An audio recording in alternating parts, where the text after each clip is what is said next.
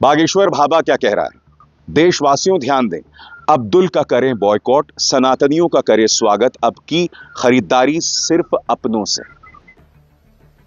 मेरे छोटे भाई धीरेन्द्र शास्त्री जी, इस व्यक्ति के मुंह पर किस तरह से करारा तमाचा पड़ा है, कुछ देर बाद मैं आपको बतलाने वाला हूं। ये देश जो गंगा जमुनी तहजीब से जुड़ा हुआ है, ये देश जिसमें हमारा सिस्टम ऐसा है कि हम दूसरे धर्म के लोगों के बगैर रह नहीं सकते, वहां यह आदमी इतना जहरीला संदेश दे रहा है कि अब्दुल का करें बॉयकॉट।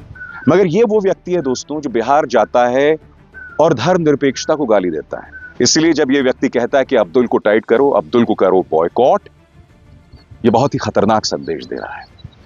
और जहां तक अब्दुल को बॉयकॉट करने की बात है, मैं आपको दो वीडियो दिखाना चाहता हूं दोस्तों। ये लंबी लाइन देखिए, ये मुंबई की लंबी लाइन है। अब ये लंबी लाइन कहां खत्म होती है मैं आपको बताता हूं। देखिए, ये लंबी लाइन जाकर खत्म होती है एक मुसलमान के मीट शॉप में। होली पर कई हिंदू मटन खा रहे हैं, मटन खरीद रहे हैं। किससे? एक मुसलमान से। ये लंबी लाइन हिंदुओं की लाइन है दोस्तों। और बात यहां नहीं रुकती है। पटना की इस तस्वीर को देखिए, सुबह 3 बजे से लोग मीट शॉप पहुंच गए हैं और ऐसे कई मीट शॉप मुसलमान चला रहे हैं। होली पर ये तमाम हिंदू मटन खरीद रहे हैं। भाई, बागेश्वर धाम के धीरेन्द्र शास्त्री जैसे लोग, इनके लिए तो जो लोग नॉनवेज खाते हैं या मांसाहार खाते हैं, वही लोग हिंदू विरोधी हैं, धर्म विरोधी हैं। अब ये लोग जो एक मुसलमान की दुकान के बाहर लंबी लाइन लगा रहे हैं, क्या ये धर्म विरोधी है? बताइए। देखिए, वेजिटेरियन, नॉन वेजिटेरियन, शाकाहार, मांसाहार, इस पर एक बहस अलग है कि प्राणी हत्या होनी चाहिए, नहीं होनी चाहिए, सृष्टि का संतुलन भी चाहिए। लोग नॉनवेज खा रहे हैं और इस देश के 80%, जी हां, 80% लोग नॉन वेजिटेरियन है, शायद उससे भी ज्यादा, शायद 85%। अब ये जो दोनों तस्वीरें मैंने आपको दिखाई, अपने पूरे स्क्रीन पर देखिए। आधे स्क्रीन पर विरार की ये लंबी लाइन जो जाकर खत्म होती है एक मुसलमान के मीट शॉप पर, और दूसरी तरफ पटना में सुबह 3 बजे से होली से पहले जो लाइन लग रही है मटन खरीदने के लिए।